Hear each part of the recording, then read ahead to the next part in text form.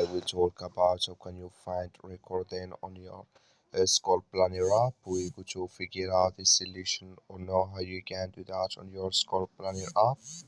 So all you have to do, so you just follow these ways, then it's going to work with you. All you have to do, you just go above this sign, click on it here. So then it's going to show for you a list like this here. Then all you have to do now, so just click here on recording here. When you just click on it here, so then it's going to take you to this list here.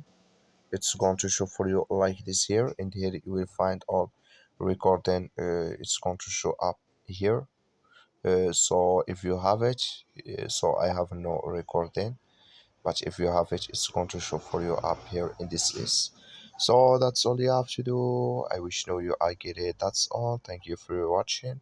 Don't forget to support us by liking and subscribe.